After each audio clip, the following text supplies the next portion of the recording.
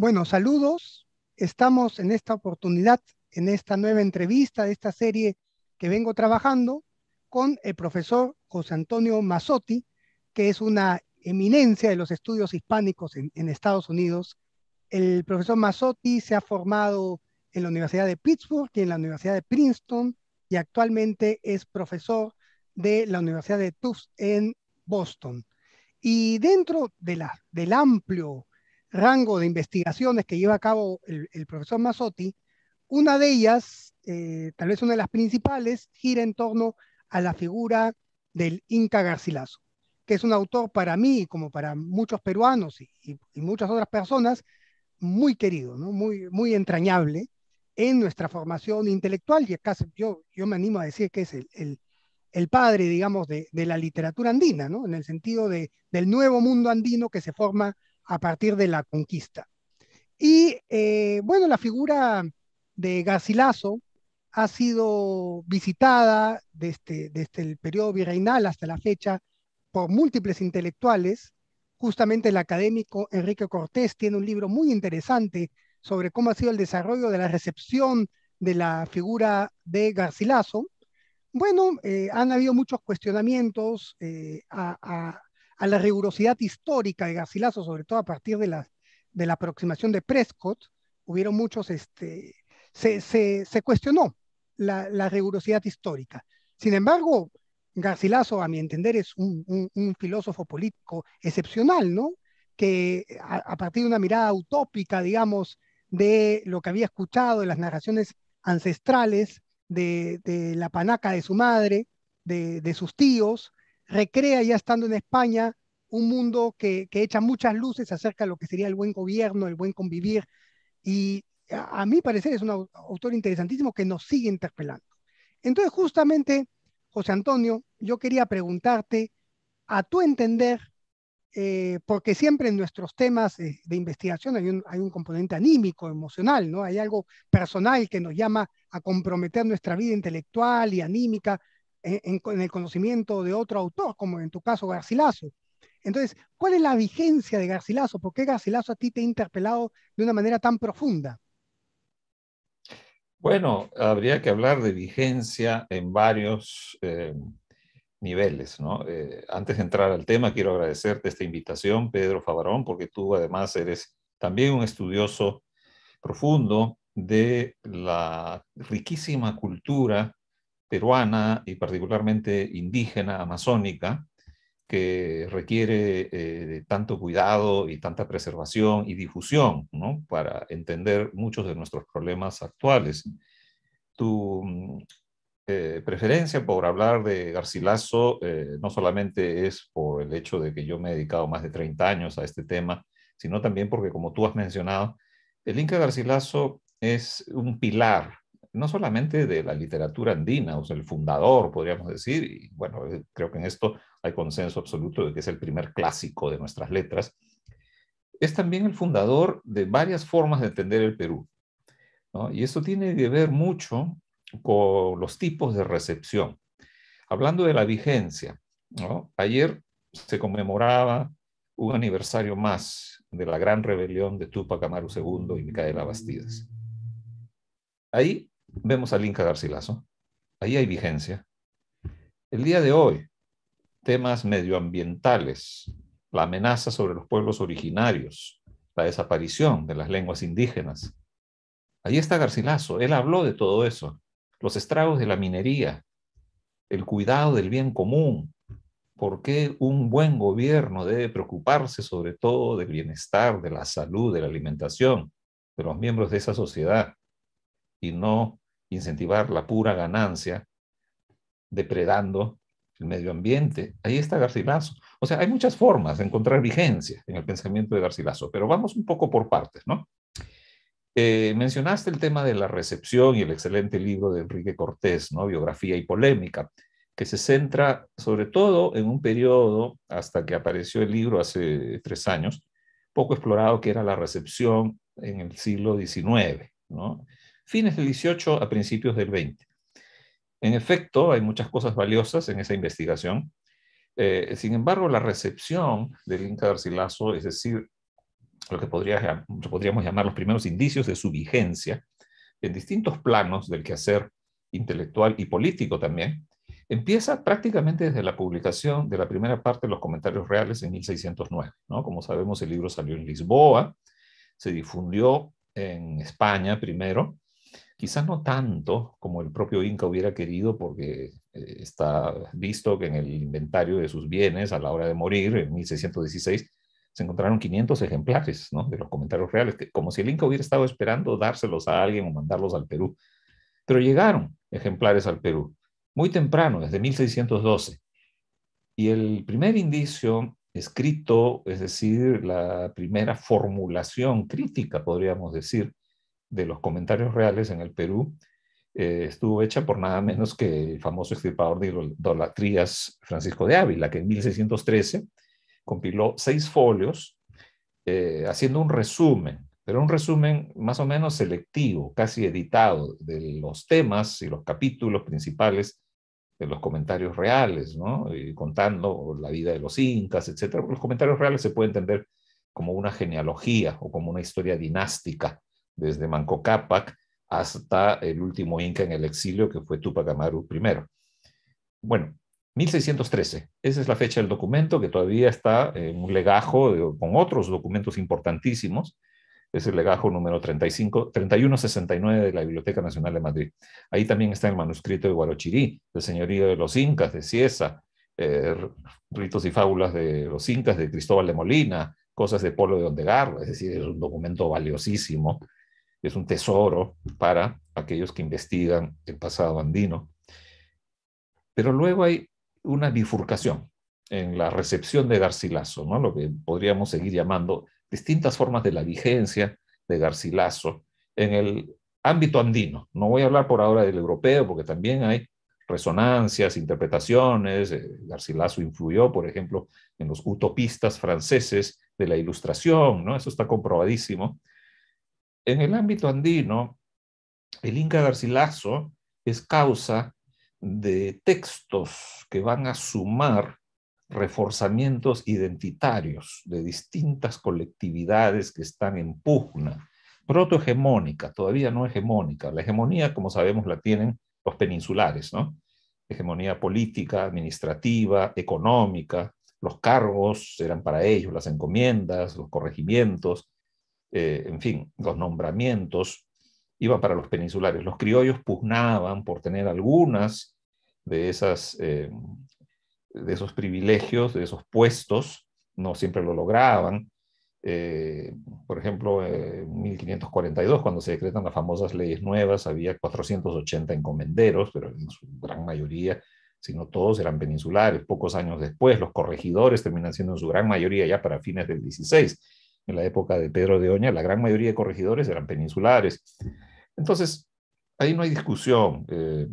El poder político, económico, administrativo, simbólico estaba en manos de la famosa República de Españoles, de la cual los criollos formaban cierta parte, pero los criollos poco a poco desarrollan una perspectiva particular, ¿no?, que es una perspectiva localista. Lo que yo he llamado en un libro, Lima Fundida, es el desarrollo inicial de un nacionalismo étnico criollo. Ellos desarrollan sus lecturas del Inca Garcilaso y lo utilizan, por supuesto, eso desde Buenaventura de Salinas en 1630, Antonio de la Calancha, Córdoba y Salinas. En la poesía también aparece Garcilaso, ¿no?, citado, interpretado. Fundación y Grandezas de Lima, de Rodrigo de Valdés, Peralta, nada menos, el gran Pedro Peralta, en la Lima fundada, se basa en los Comentarios Reales, en la segunda parte, sobre todo en la parte de la conquista. Entonces los criollos desarrollan una forma de interpretar el Perú y también de filtrar el pasado incaico según sus intereses. Para ellos, los incas fueron grandiosos en la arquitectura, en los canales de regadío, el arte, etc.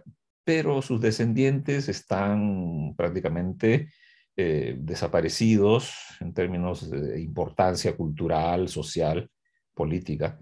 Y sin embargo, sabemos, por el estudio de muchos historiadores, que en el Cusco fundamentalmente se desarrollaba lo que John Rowe llamó un nacionalismo incaico, ¿no?, desde el siglo XVII. Y ya desde el siglo XVII hay muestras de que los caciques, los curacas, los descendientes de los incas, leían los comentarios reales y empezaron a desarrollar desde el siglo XVII algo muy interesante en términos de formaciones colectivas e identitarias. Ellos llamaron a la colectividad indígena una nación indiana, literalmente. También decían a veces nación índica. Entonces, en nombre de la defensa de sus intereses, reclamos, exenciones tributarias, títulos nobiliarios, distintas cosas, distintos privilegios que reclamaban una y otra vez a la corona o a las autoridades en el Perú españolas, empiezan a ampararse en el Inca Garcilaso, ¿no? En muchos sentidos.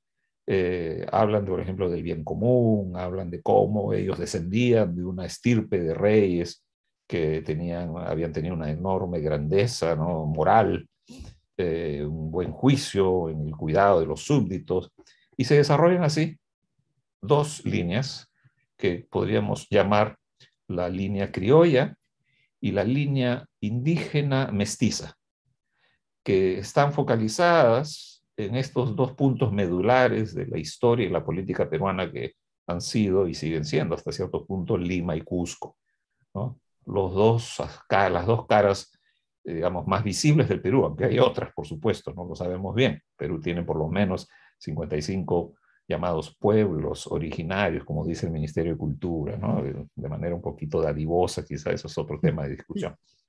En fin, entonces la vigencia de Garcilaso empieza en el siglo XVII y forma imágenes del Perú que hasta el día de hoy nos alcanzan y que hemos visto en las elecciones últimas, ¿no?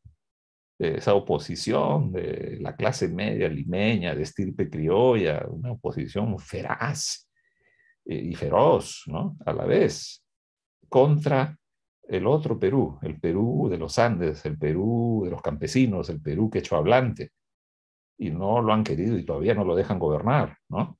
Porque hemos tenido 200 años de criollismo y bueno, es muy difícil soltar, disculpen la expresión, soltar la mamadera, ¿no? Entonces, no quieren compartir, así de simple, y eso viene pues desde el siglo XVII.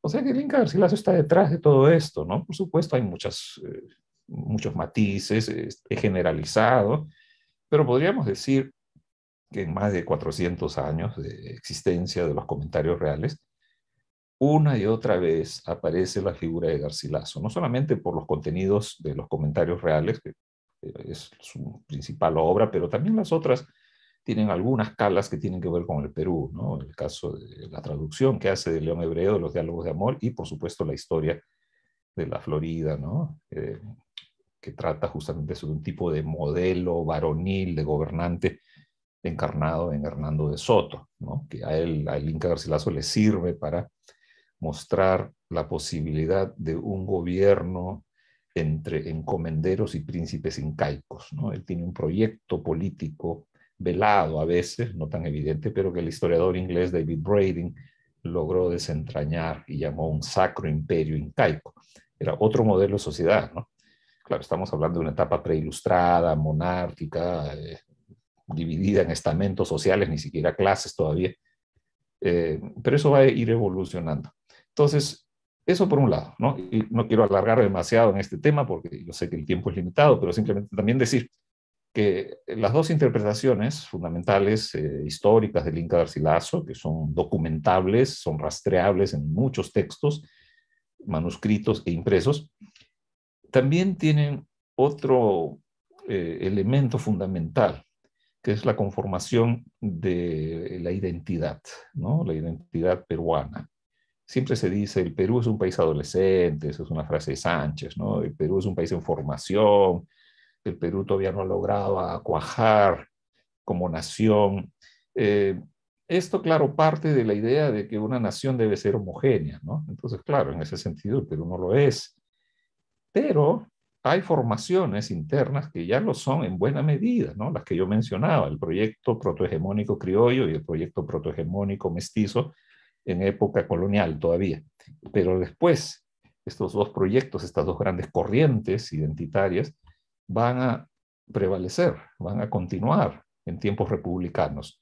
Y eso explica en buena medida la situación lamentable de la población indígena hasta no hace muchos años, bueno, todavía lo es, pero quiero decir en términos legales, por ejemplo, jurídicos, ¿no? Se les retira el voto a los analfabetos en el siglo XIX a fines y recién se les devuelve en 1979. Eso es bastante escandaloso para una supuesta democracia, ¿verdad? Bueno, entonces el Inca Garcilaso, del cual se suelen decir cosas como que es el primer peruano, ¿no? ¿Qué peruano? El peruano criollo, el peruano mestizo y es más, el peruano quechohablante.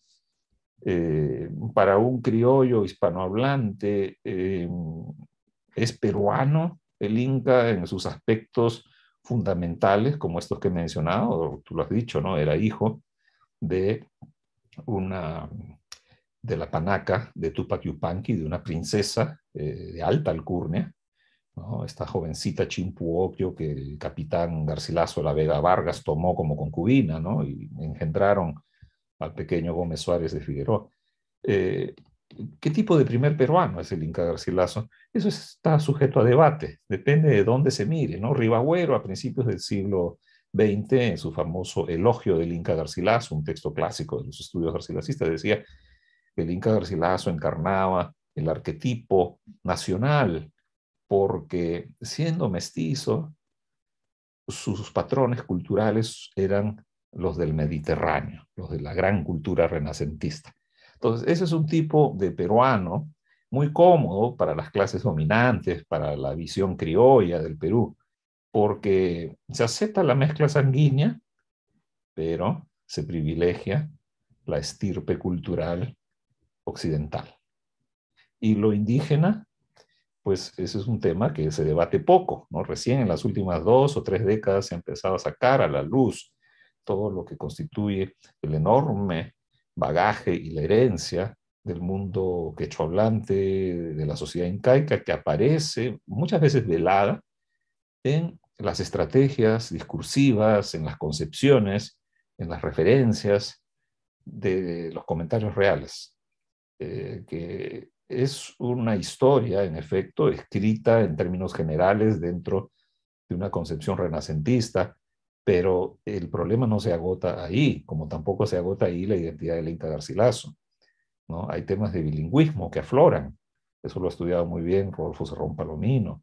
Yo también he desarrollado estudios sobre las estrategias discursivas, las resonancias, los ritmos de algunos pasajes de los comentarios reales que parecería estar apelando a una audiencia quechohablante o por lo menos familiarizada con un tipo de narración histórica que tiene su autoridad en la vieja tradición de la memoria colectiva indígena. En fin, son muchos aspectos, ¿no? Podría hablar y hablar, no quiero tomar todo el tiempo en esto, pero resumiendo, la vigencia del Inca Garcilaso empieza desde la publicación de los comentarios reales y continúa hasta el día de hoy y yo creo que va a seguir eh, mientras haya un país llamado Perú. Profesor, muy interesante su respuesta, muy ilustrativa, da evidencia de una persona que se ha dedicado a este tema profundamente. Y es interesante que de pronto, en medio de un discurso propiamente académico, sale el tema de la política coyuntural en el Perú, ¿no? Lo cual para mí es problemático porque, usted sabe, en el Perú ya casi no se puede hablar, ¿no? En el Perú ya se ha eliminado la capacidad de diálogo porque parecemos mundos enfrentados en los cuales no existe la posibilidad de dialogar aceptando la diferencia del prójimo, ¿no? No, Y dentro, ahorita nos terruquean, o sea, eso sí, es clarísimo, ¿no? y Vamos a salir dentro, hechos un par de terrucos de acá, pero y, adelante, den- sí, perdón. y dentro de estas luchas está la lucha actual del indigenismo y acompañada académicamente por los movimientos decoloniales, que sin embargo a veces piensan toda la tradición occidental como, como un bloque absolutamente comprometido con la colonización y con el patriarcado, lo cual para mí es un poco exagerado por decirlo menos, ¿no? Y el Inca Garcilaso más bien nos daría muestras de otra cosa, ¿no? Porque como usted ha mencionado, Garcilaso fue un traductor, por ejemplo, de León el Hebreo, ¿no? Incluso existe la posibilidad que la concepción de Garcilaso del sol, no como Dios en sí mismo, ¿no? Sino como luz visible de otra luz, ¿no? Uh -huh. Venga influenciada por la lectura mística de León el Hebreo, que tomaba fuentes del Zohar, que también es un texto ibérico, ¿no? Finalmente, en ese mundo, Claro. antiguo mundo ibérico, donde estaban algunos, estaba Averroes, Ibn Arabi, ¿no? El gran filósofo sufí, Maimónides, o sea, era todo un mundo de una tendencia mística intelectual muy importante que influyó en toda la teología medieval cristiana también, y que Garcilaso también bebe de estas fuentes, ¿no?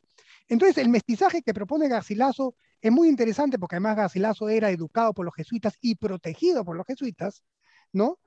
Hasta cierto punto, por lo menos. Entonces, él propone un mestizaje en el que pone a dialogar, por lo menos a mi entender, en igualdad de condiciones, este saber oral del que usted ha dado cuenta, con también otros saberes que vienen del mundo peninsular y europeo, ¿no? Entonces, es una idea del mestizaje, a mi entender, muy liberadora, ¿no? Porque da cuenta de nuestra posibilidad de dialogar en igualdad de condiciones las múltiples tradiciones que nos componen. Sin embargo, cuando el indigenismo parece estar en este momento y la decolonialidad en otro camino, a veces me parece un poco ingenuo porque los 500 años de presencia europea en el Perú son imborrables, ¿no? No podemos prescindir de ellos, ¿no? Entonces, eh, a mí me parece que surge en relación también con esta idea de la identidad nacional construida a partir de un mestizo que, como usted dice, es un mestizo cómodo, ¿no? Porque es un mestizo que puede ser mestizo genéticamente, pero que opta intelectualmente por aunarse de lleno digamos, a la tradición mediterránea, ¿no? O occidental. Entonces, ese mestizo termina siendo una negación de las identidades indígenas. Totalmente. Yo creo, más bien, mi propuesta va más por el lado de la heterogeneidad, que es el concepto básico de Antonio Cornejo Polar, que saca el sueño de construir una nación homogénea, porque eso es una imposibilidad del Perú. El Perú nunca va a ser una nación homogénea. Lo que propondría sería más bien la complementación de nuestras heterogeneidades. Entonces Garcilaso podría ser una inspiración en ese sentido. ¿Usted lo ve así también o discrepa de lo que yo estoy diciendo? No, no, no, no, en principio no discrepo, estoy de acuerdo, ¿no? Pero pienso que hay que ir matizando un poco, ¿no? Mencionaste la traducción de los diálogos de amor. Yo recuerdo un artículo que publicó en el año 2005 titulado justamente Otros motivos para la traducción. La Cábala, el Inca Garcilaso, y bueno, no me acuerdo el título exacto porque bueno, he publicado ya muchas cosas desde entonces. Pero planteaba un poco lo que tú has mencionado, que en efecto en los diálogos de amor hay elementos de la cábala tan fáciles de identificar, porque el padre de León Hebreo, Isaac Abravanel, ¿no? Gran contador de la corte de los reyes católicos, bueno, terminó siendo expulsado como todo el pueblo judío de España, era un gran cabalista, ¿no? Eran gente que tenía un profundo conocimiento del Talmud, ¿no? De los 5 primeros libros de la Torá, y plantea en su hijo León, ¿no? Eh, plantea la importancia de una concepción cíclica del tiempo, ¿no? La destrucción del universo cada 6.000 años, luego un milenio de jubileo y luego una reconstrucción. También, por ejemplo, el carácter andrógino de Dios, lo cual es perfectamente coherente con el Génesis, ¿no? Porque Dios creó a Adán a su imagen y semejanza, y de Adán sacó de la costilla a la mujer. Es decir, si Adán contenía los dos géneros, Dios también. Y estos dos elementos nada más, y entre otros, ¿no? Que yo rastreo, nos hablan ya de una concepción que no aparece en otros tratados del amor, de Ficino, de Pico, Piccolomini, perdón, Bembo, etcétera, ni Castiglione. Es decir, el Inca Garcilaso pudo haber escogido los diálogos de amor precisamente por esas analogías que él encontró entre el pensamiento cabalístico y algunas ideas del pensamiento mítico andino, que también se mueve por circularidades temporales, ¿no? Los famosos Pachacuti, luego por el carácter andrógino de Dios en las oraciones de Molina, por ejemplo, ¿no? eh, Pachacama, Huiracocha, ya seas hombre, ya seas mujer, ¿no? El Dios superior andino contiene los dos géneros. Y hay otras cosas, la imagen del sol, pero en efecto eso viene también de Ficino, que declara, ¿no?, que el sol es la imagen visible de Dios. Y Garcilaso repite eso y subraya, ¿no?, eso lo señaló muy bien José Durán en un artículo, subraya a través de apostillas esos contenidos que a él le llamaron la atención. Y claro, decir que para el mundo incaico, para la religión incaica, el sol era solamente la imagen visible de un Dios superior e invisible, que es lo que dice Garcilaso, ¿no? También. Pues eso puede tener, por supuesto, influencia de los tratados y los diálogos de amor renacentistas en general, no solamente hebreo. Pero no deja de haber como indicio importante el hecho de que a Garcilaso le interesara muchísimo subrayar que el sol era una deidad importante, ¿no?, dentro de la cábala también, o por lo menos una figura simbólica, ¿no?, de alto valor.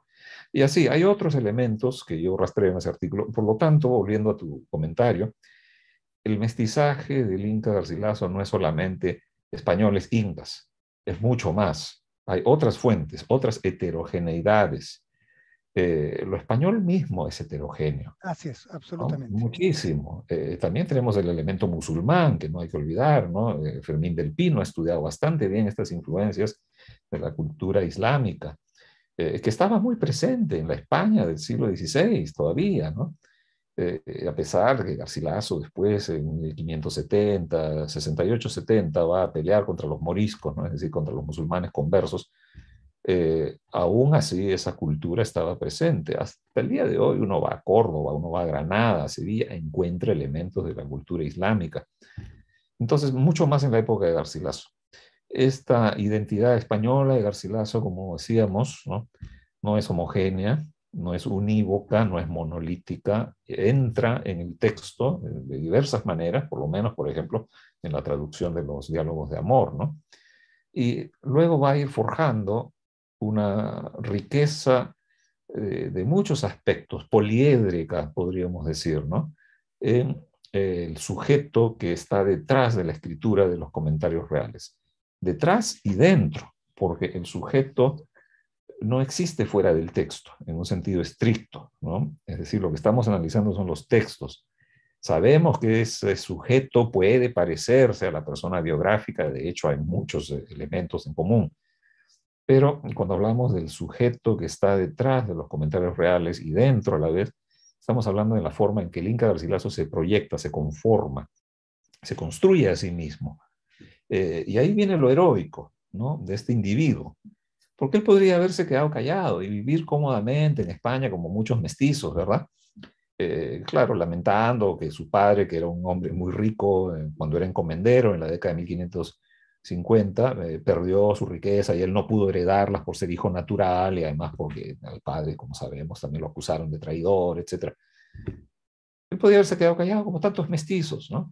Y quizá seguir insistiendo con el Consejo de Indias a ver si le daban alguna dádiva, ¿no?, algún reconocimiento, pero decide escribir y decide escribir formándose durante décadas, leyendo por su cuenta, ayudado por los jesuitas, protegido también, porque los jesuitas también tenían un programa político, ¿no?, de emparentamiento con las élites cusqueñas, incaicas, específicamente están los famosos cuadros, ¿no?, de la iglesia de la compañía, y, en fin.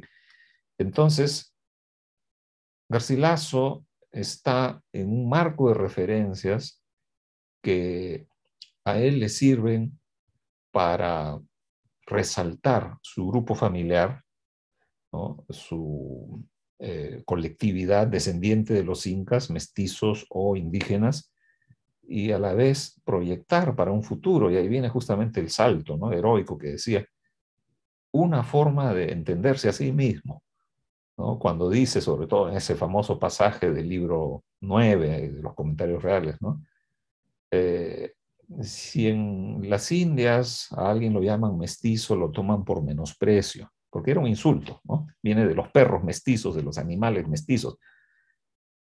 Pero siendo nombre impuesto por nuestros padres, me lo tomo yo a boca llena y me honro con él, ¿no? Esa es una actitud en ese momento bastante atrevida, ¿no? Darle la vuelta a la tortilla, por lo menos en términos semánticos, y construir a partir de ese nombre de mestizo una identidad que va a incluir todas esas fuentes, ¿no? Española, mediterránea, judía, islámica, por supuesto indígena y sobre todo incaica, que confluyen en este texto múltiple, que no es un texto parecido a otras historias de las Indias. Vamos a Gómara, vamos a Costa, vamos a Cieza, las fuentes del Inca y otras que el Inca no cita, ¿no? De las 8 fuentes fundamentales. Bueno, está Valera, pero de Valera sabemos sobre todo a través del Inca, ¿no? Ninguna de ellas se parece a los comentarios reales. Entonces, yo siempre digo, la pregunta que hay que hacernos no es tanto por qué el Inca Garcilaso es uno de los grandes maestros del siglo de oro español y de la crónica de tema americanista, sino al revés. ¿Por qué todos esos, Gómara, Acosta, Cieza, Zárate, el Palentino, etcétera, no son el Inca Garcilaso? Y la respuesta la encontramos en la matriz quechohablante, en la procedencia, en los recuerdos primordiales, en las imágenes fundamentales que forjan a este hombre a través de su vida, pero sobre todo en su infancia y adolescencia en el Cusco, que él va a llevar, y cuando se encuentra con el enorme aparato retórico que tiene que dominar y domina magistralmente, que es el de la historiografía de la época, Durán lo llama la alta retórica historiográfica, y creo que tiene razón. Cuando se encuentra con ese aparato discursivo y lo domina, ve que puede moldearlo según sus intereses, según su posición política, según sus preferencias culturales, según lo que él quiere ser en el mundo, y lo hace, ¿no? Es que Es inaudito, ¿no? por eso mismo, yo lo que le decía es que para las nuevas generaciones de intelectuales, escritores en el Perú, yo creo que y sobre todo los que trabajamos enraizados en los propios territorios andinos, amazónicos, recobrando los saberes de los antiguos sabios indígenas, también nos da un ejemplo el hecho de que Garcilaso no se cerrara al mundo occidental, sino que incorporara técnicas y conocimientos del mundo occidental digestivamente, digamos, para generar un producto que, como usted ha dicho, no se parece en nada al de los otros cronistas, sin dejar de dialogar incluso más cultamente que muchos de los cronistas con la propia tradición occidental. Y en ese sentido, a mí me hace acordar a un escritor mucho más reciente, mucho más cercano a nosotros, que es José María Arguedas. Cuando José María Arguedas, desde una formación en el mundo quechua, siendo él mestizo, pero acogido, digamos, por una comunidad, por este drama que él vive con la madrastra, acogido por la comunidad, por el afecto de la comunidad, por el afecto del Brunacimi mismo, ¿no?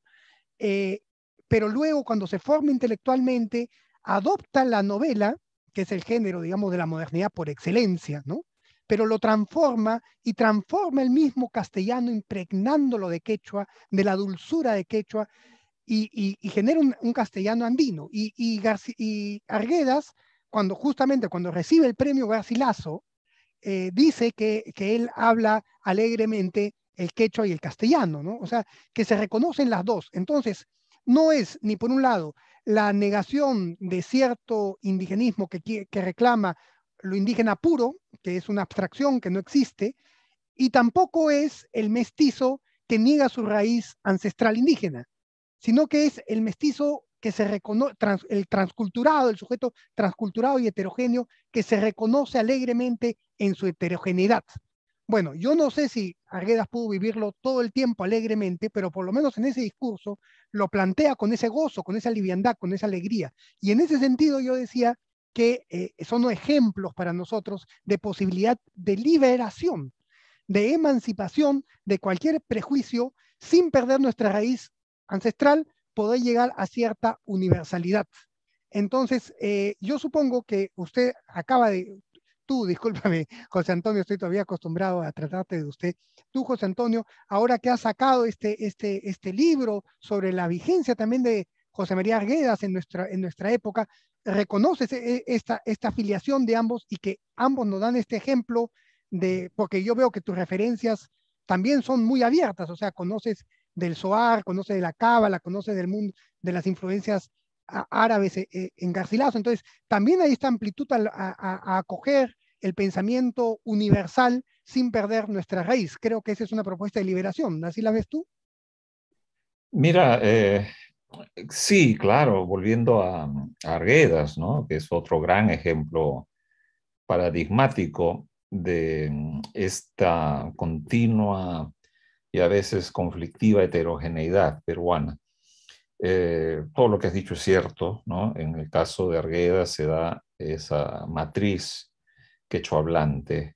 A pesar de que él era mestizo, no era indígena, llega a identificarse plenamente, ¿no? Con la cultura indígena, precisamente por el lazo afectivo, que lo dice muchas veces, ¿no? Incluso irónicamente se burla de su madrastra. Yo soy hechura de mi madrastra, porque la madrastra lo echaba de la sala y el comedor y lo mandaba a dormir y a comer con la servidumbre indígena. Pues bueno, sí, por ese lado hay que reconocer que Arguedas es otro caso fundamental. La diferencia que habría que ver es que situados cada uno en su siglo, ¿no? El Inca Garcilaso, principios del siglo XVII, Arguedas, mediados del siglo XX, hay un gran proceso de secularización en el medio, ¿no? Que conocemos como la Ilustración. El Inca es un preilustrado y Arguedas es un postilustrado. Rama, cuando sacó su famoso volumen Transculturación Narrativa en América Latina, uno de los grandes libros de la crítica literaria latinoamericana, habló de la gesta del mestizo para referirse a Arguedas y lo situó como el modelo de lo que era la transculturación narrativa. Y habla de tres niveles de transculturación que en Arguedas se cumplen plenamente. Primero, a nivel léxico, ¿no? El uso de palabras, por ejemplo, del quechua. Luego, a nivel sintáctico, estructuras, ¿no? Del quechua trasladadas al castellano, y lo cual es fácilmente verificable también en el caso de Arguedas. Y luego la cosmovisión, porque en efecto, eso se ve tanto en las novelas como en la poesía de Arguedas, hay elementos de una cosmovisión, de una relación con la naturaleza, de un respeto al mundo no humano, que definitivamente responde a principios fundamentales de las culturas originarias. Entonces, sí, en efecto, en Arguedas se dan esos elementos y, por supuesto, el gran legado de la narrativa en español, de la novela occidental, que él también logra dominar, ¿no? En eso estoy completamente de acuerdo contigo, que es imposible renegar del legado occidental, es absurdo, ridículo y no tiene sentido hacerlo, ¿no? Incluso los llamados estudios decoloniales se hacen principalmente en inglés o en castellano, entonces hay que tener ahí un poquito de distancia siempre, ¿no? Con respecto a posiciones muy radicales. Entonces, en Arguedas se da ese proceso de transculturación que tiene que ver mucho con un conocimiento mayor, más diverso del mundo indígena, más moderno también. En cambio, en el Inca estamos todavía ante una persona profundamente religiosa, ¿no? Políticamente monárquico, aunque él haya tenido críticas a Felipe II y por supuesto al virrey Toledo.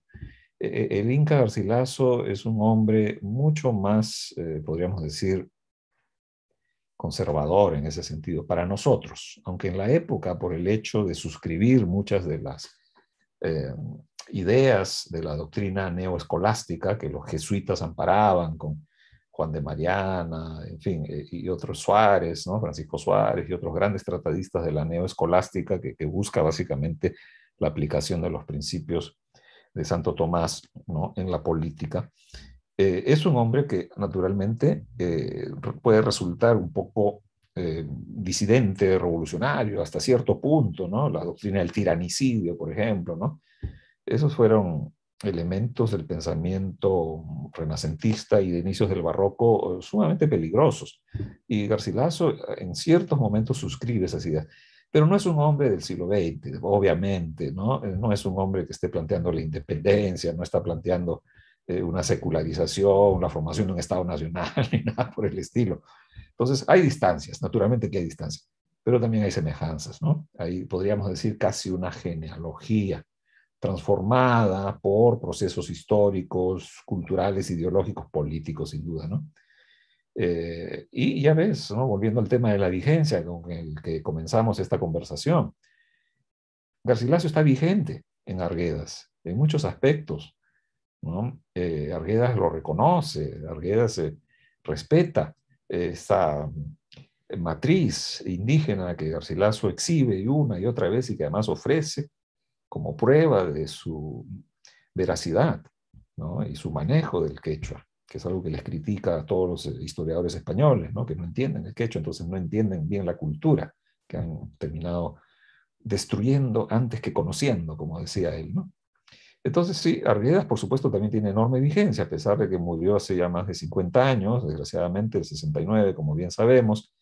Y este libro al que te refieres, que es una compilación de ensayos, el libro se titula Arguedas Global, ¿no? Indigenismo en el Nuevo Milenio, plantea de manera parecida a lo que hicimos con Garcilaso, una lectura que sitúa a Arguedas en el presente, en el conflicto actual, no de los años 60, sino de esta década, del 2020. Conflictos sociales que existen, por ejemplo, en relación con el medio ambiente, con los recursos naturales, con el tema del valor que se le otorga a las culturas originarias, temas muy presentes, muy actuales, que ya estaban en Arguedas, ¿no? Estaban esbozados, estaban aludidos, estaban problematizados en Arguedas. El bellísimo poema llamado Algunos Doctores, por ejemplo, ¿no? Es de una impactante actualidad. Parece que hubiera sido escrito ayer. Esa relación entre el individuo y el mundo, que llamamos en Occidente natural, pero que es mucho más que eso en la cosmovisión indígena, eso ya está en Arguedas. Entonces, Arguedas, en el libro que he editado, ¿no? Arguedas Global, justamente, eh, tiene una cara renovada, refrescada por estas lecturas que vienen de corrientes teóricas altamente interdisciplinarias y a la vez respetuosas de otros saberes, ¿no? De saberes eh, antropológicos, indígenas y, por supuesto, metodológicamente libres, en el sentido en que nos dan una visión de Arguedas que no es la típica de los años 60, con el famoso debate, ¿no? Que hubo contra todas las sangres, sino que más bien rescata a un Arguedas actual, casi diríamos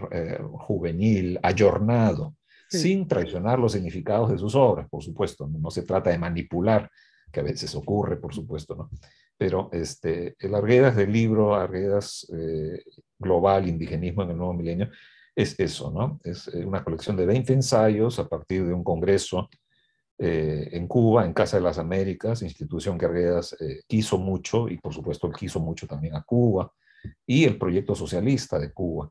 Entonces era muy emblemático hacer ese congreso el 2019 con motivo de los 50 años de la muerte de Arguedas, y como producto tangible de esa reunión de académicos en La Habana, en noviembre del 2019, fue que surgió este volumen que estamos mencionando, ¿no? Arguedas Global, Indigenismo en el Nuevo Milenio. Esa es un poco Justamente la historia, ¿no?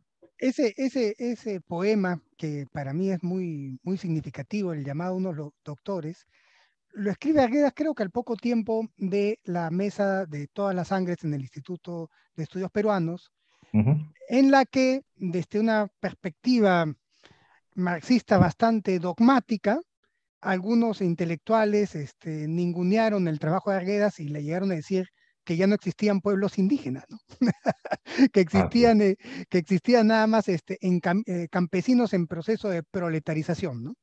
Entonces, así es. desde esa izquierda, digamos, más ortodoxa de esos años, se negaba ya la existencia de los mundos indígenas, y lo mismo desde el otro lado, digamos, desde el lado de esa incipiente derecha peruana intelectual que casi no existe, con Mario Vargas Llosa, digamos, como emblema de un pensamiento de derecha en el Perú, también vaticinaba la muerte segura del mundo indígena, ¿no? En su ensayo de la utopía arcaica. O sea, por todos lados se vaticinó la muerte de los mundos indígenas. Sin embargo, hoy día estamos viendo la vigencia de estos de estos movimientos, asegurando que el positivismo, tanto de izquierda como de derecha, se equivocó rotundamente. Y en este sentido es interesante, a mí me interesa mucho, ya para ir finalizando esta entrevista, que comente, José Antonio, un poco de tu trabajo en la Amazonía. Yo sé, porque tú además eres poeta, has escrito poéticamente del impacto que te causó en lo personal la Amazonía. Tú has tenido un trabajo junto al lingüista Roberto Sariquey, que es uno de los grandes especialistas de la lengua pano, de las lenguas pano, junto con otro grupo con un grupo de trabajo de rescate de la lengua isconagua. Tema que a mí me compele, porque nosotros que, tú sabes, como tú sabes, yo soy miembro de una familia Chipivo-Conibo. Para nosotros los isconagua eran ya chipivos, ¿no? Porque, por ejemplo, Ken Rengifo, que es hermano del esposo de mi cuñada, está casado con una mujer que para nosotros era chipiva, y un buen día, a partir del trabajo de ustedes, descubrimos que era isconagua, ¿no? Caramba.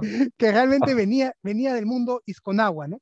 Entonces, ustedes han propuesto, han hecho una propuesta de trabajo que ha pretendido con éxito revitalizar la lengua isconagua. Entonces, yo quería que cerremos esta entrevista, que nos comentes por qué ese compromiso con una lengua que para el positivismo ya estaba en camino de extinción, y es más, debía extinguirse por un proceso de selección natural.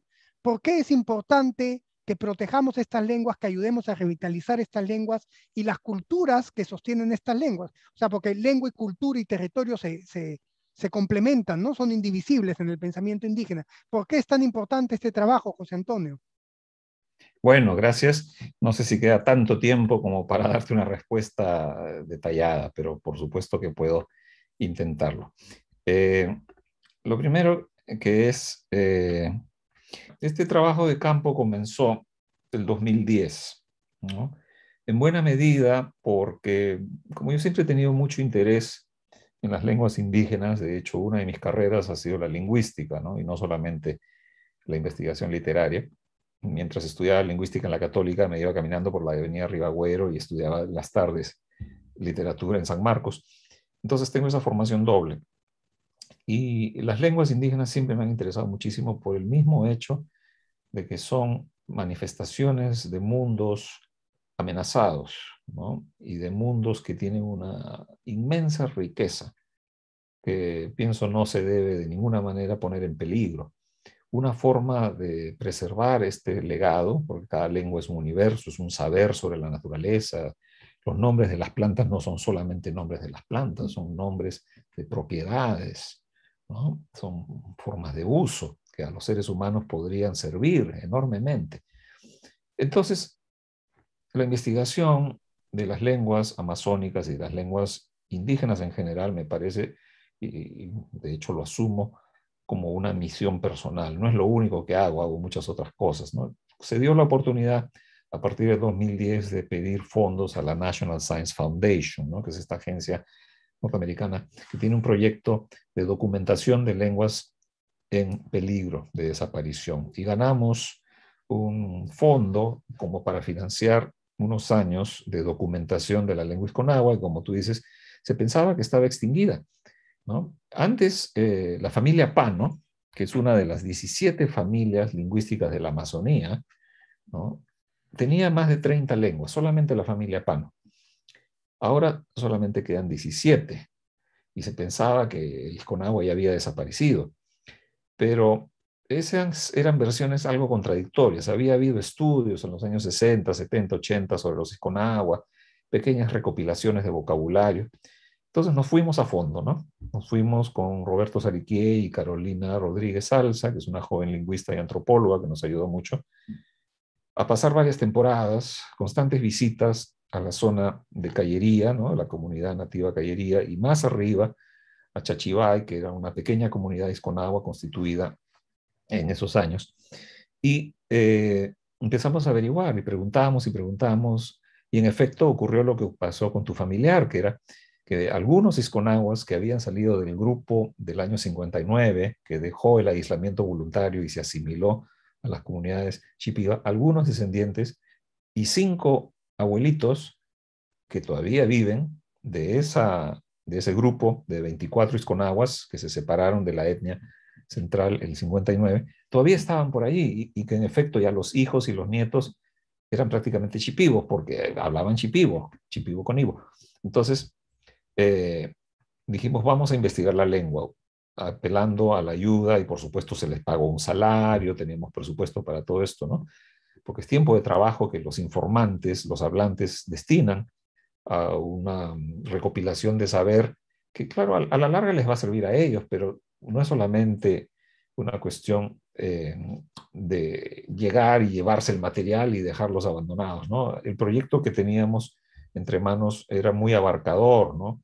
Incluía una serie de servicios y compras que iban a beneficiar a la comunidad, generador eléctrico, bote a motor, motocicleta, en fin, muchas cosas, ¿no?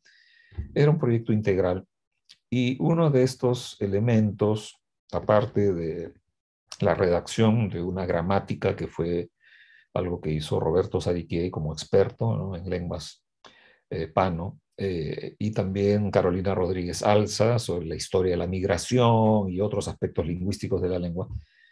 A mí me tocó, junto con ellos, no solamente yo, porque es una tarea titánica, hacer la recopilación de la tradición oral, ¿no? Entonces, recopilamos decenas y decenas de canciones, de relatos, de frases, proverbios, y fuimos traduciéndolos con ayuda de los hablantes que también hablan castellano, en algunos casos, sobre todo los hijos y los nietos, ¿no?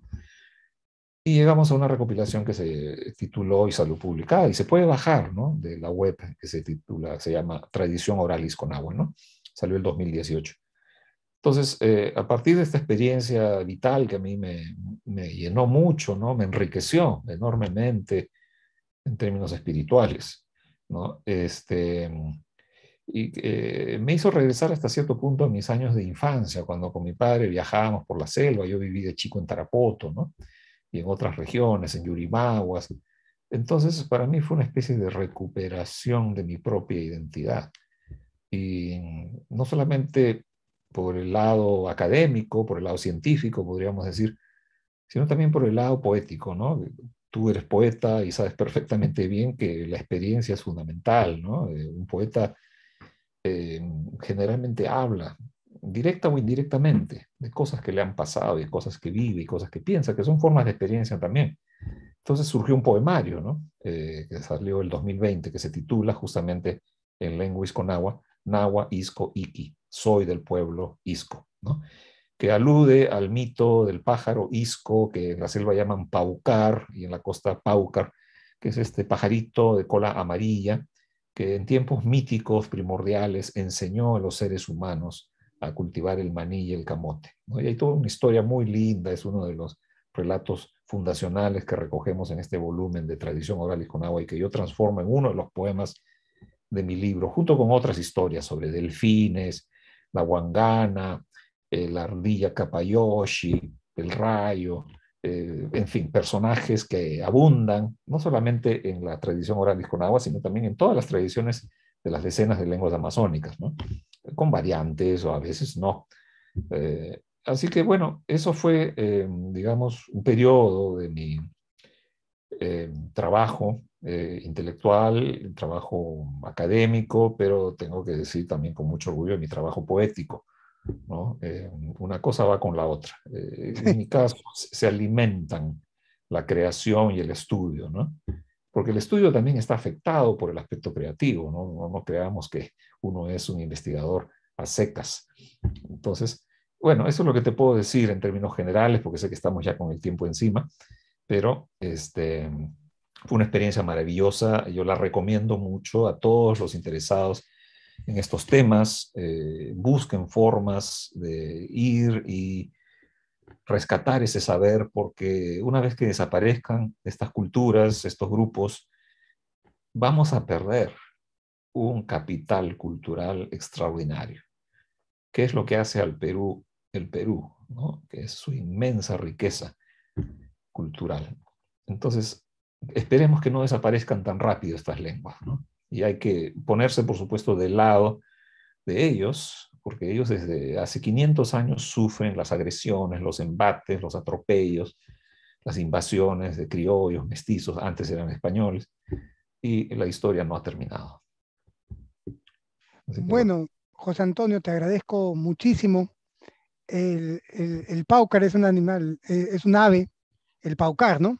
Que siempre Ujú. visita mi casa en San José con su cola Mira, amarilla y su canto líquido, ¿no? Esa calidad líquida del canto del paucar, que además es un gran imitador, ¿no? El paucar imita a otras aves, ¿no? exacto. Entonces, y hace un nido en forma de columpio que Sí, da cuenta de sus habilidades tejedoras, ¿no? sí, Entonces, sí.